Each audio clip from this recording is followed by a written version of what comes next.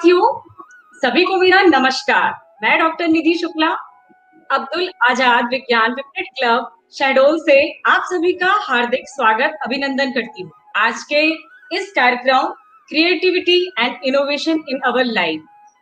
जानते हैं बच्चों, आज का दिन यानी कि 21 अप्रैल को क्रिएटिविटी एंड इनोवेशन के लिए क्यों मनाया जाता है? संयुक्त राष्ट्र संघ ने इसको आज पूरे विश्व में इस साल हर दिन इस साल को समर्पित कर दिया। क्यों समर्पित कर दिया? नवाचार क्या है, क्रिएटिविटी क्या है, और भी जो आपके मन में बहुत सारे प्रश्न इस प्रोग्राम को लेकर के उठ रहे होंगे, तो इन सब का जवाब आज आपको इस प्रोग्राम में मिलने वाला है। हमारे आज के इस कार्यक्रम में हमारे साथ मिस्टर ओम प्रकाश पाटीदार जी, जिला शाजापुर से, जो कि वैज्ञानिक दृष्टिकोण विपरीत विज्ञान क्लब जिला शाजापुर से हैं। मैं उनका स्वागत अभिनंदन करती हूँ। आप आईसीटी अवार्डी, राज्य शासन की तरफ से पुरस्कृत, सम्मानित और बहुत सारी उपलब्धियों को लेकर और बहुत अच्छे लेखक भी हैं। तो सभी उनका स्वागत करते हैं, अभिनंदन करते हैं। जानते हैं सफलता की कुंजी क्या होती है? जब हम प्रयास करते हैं ना, तो व्यक्ति क्या होता है, जीतने वाला कोई अलग काम नहीं करता, वो अलग ढंग से करता है, उसकी सोचने का ढंग अलग होता है।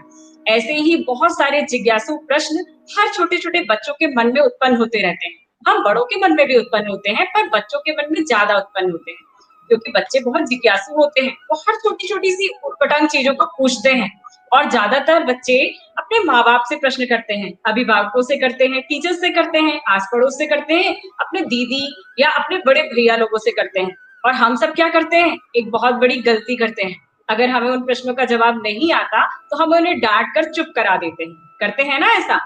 तो मुझे मालूम है बच्चों, आप लोगों को लग रहा होगा कि ये तो एकदम सही बात है, और आप लोगों के मन में क्या होता है, वो प्रश्न घूमते रहता है जब तक आप उसका सही जवाब खोज नहीं लेते। और यही खोज एक आविष्कार को जन्म देती है, और हमारे देश में आपका आविष्कार ही आज हम जो वैज्ञानिक दृष्टिकोण अपनाते हैं और बहुत सारी इनोवेशन हो चुके हैं, वो सब आपकी जिज्ञासा का ही परिणाम है। क्योंकि आप जब तक जिज्ञासु नहीं होंगे, तब तक आप कोई इनोवेशन नहीं करेंगे, यानी कोई नवाचार नहीं करेंगे। ऐसे ही बहुत सारे प्रश्न बच्चों के मन में कौतूहल मचाते रहते हैं, और जब हम माँ बाप उनका जवाब नहीं दे पाते, कई बार शिक्षक भी उनका सटीक जवाब नहीं दे पाते, क्योंकि हर प्रश्न का सही जवाब ढूंढने के लिए हमारे पास उस समय वक्त नहीं होता। तो मैं आपको एक अच्छी सी आपकी जो अबूझ पहेली है, उसको सुलझाने के लिए हमारे बीच में जो मौजूद है ना, श्री ओम प्रकाश पाटीदार जी, उन्होंने बच्चों की जिज्ञासा को, बहुत सारी जिज्ञासाओं को शांत करने के लिए एक पुस्तक को लिखा है। ये पुस्तक है वैज्ञानिक दृष्टिकोण। ये वैज्ञानिक दृष्टिकोण जो आप सभी को दिख रही है ना, ये खजाना है, और इतना बड़ा पिटारा है ये कि इसके अंदर बहुत सारे ऐसे प्रश्न छुपे हुए हैं जो आपकी इसी जिज्ञासा को शांत भी करेंगे, और आपको अंधविश्वास को दूर करके वैज्ञानिक सोच उत्पन्न करेंगे।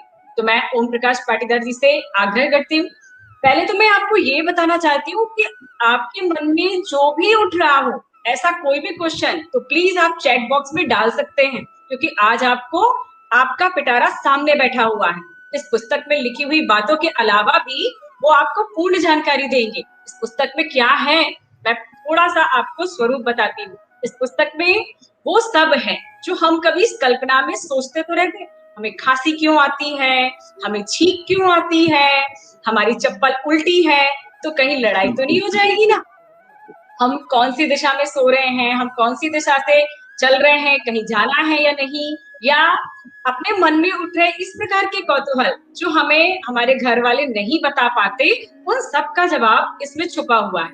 आज हम पाटीदार सर से इसके बारे में जानना चाहेंगे। तो श्री पाटीदार जी, आप सब बच्चों को प्लीज बताइए कि आपने पहली बात तो इसके बारे में सोचा कैसे, और अगर सोचा तो सबसे पहले बच्चों को क्या करना चाहिए अपने मन में उठ रही जिज्ञासा को शांत करने के लिए? जब तक हम प्रश्न नहीं करेंगे, जब तक हम उसके बारे में नहीं सोचेंगे, हम हमारे कंफर्ट जोन से बाहर नहीं आएंगे, क्रिएटिव नहीं हो पाएंगे। बच्चों के संबंध में हम देखते हैं, बहुत सारे जब रेडीमेड हमको मटेरियल मिल जाते हैं, रेडीमेड इंस्ट्रूमेंट्स मिल जाते हैं, तो हम हमारी क्रिएटिविटी वहां पर खत्म हो जाती है। अभी सर ने पहला एग्जांपल दिया था क्रिकेट का, तो हम कल्पना करें कि एक टीम के पास में पूरे रिसोर्सेस है, उसके पास बैट बॉल सभी कुछ है, लेकिन दूसरी टीम जिसके पास अभाव है या उसने उस अभाव में से भी अपना भाव निकाल लिया, तो ही वो क्रिएटिव बन पाएगा, सोच पाएगा। जैसा ओम सर ने बताया कि मैं जब स्टूडेंट था तब मेरे मन में भी कई तरह की क्यूरियोसिटी थी कि ऐसा क्यों होता है। जैसे मैं आपसे सबसे पहले आपसे बात करता हूँ कि आप में से बहुत सारे ऐसे स्टूडेंट होंगे या फिर जो बड़े भी हैं कि जो कई बार ये सोचते हैं कि जैसे जो सिर आपस में टकरा जाते हैं, तो सिर आपस में टकरा जाने पर जो सिर वापस इसलिए टकराते हैं कि अगर सिर नहीं टकराएंगे तो ये हो जाएगा, वो हो जाएगा। कई बार तो जैसे कि काला कौवा काटेगा वगैरह वगैरह कई तरह की बातें करते हैं। और भी ऐसी बातें, जैसे देखो मैं आपको एक बताता हूँ कि बच्चों के मन में एक मैंने अंधविश्वास देखा है कि कुछ बच्चे जो होते हैं वो पेंसिल के छिलके लेकर उससे रबड़ बनाते हैं। और ये बात जो है ये किसी किताब में नहीं पढ़ी उन्होंने, न किसी टीचर ने बताया, न मतलब उनके माता पिता ने भी नहीं बताया। पर ये बातें जो है कई तरह से अंधविश्वास के रूप में भी चलती रहती है। तो ऐसे कई अंधविश्वास होते हैं। और जैसे कि वो जो किसी को अगर उलांग दे तो उसकी हाइट कम हो जाती है। और ये अंधविश्वास इस कदर बच्चों में चले आते हैं कि वो बच्चे बड़े होने तक उन चीजों को मानते हैं। जैसे आपने भी हो सकता है कि ट्राई किया होगा कि जो पेंसिल के छिलके से रबड़ बनता है, आपने शायद बचपन में कोशिश की होगी। और हमारे दर्शक जो साथी हैं उनमें से भी बहुत सारे ऐसे हैं। मैंने जो देश के कुछ अलग अलग हिस्सों से बात की, जैसे मैंने महाराष्ट्र और बंगाल में बात की, तो वहां पता चला कि उन जगहों पे भी ये प्रॉब्लम है कि जैसे सिर की मार न खाना, पेंसिल के छिलके से रबड़ बनाना। तो ऐसी जो अंधविश्वास है ये बच्चों में बने रहते हैं।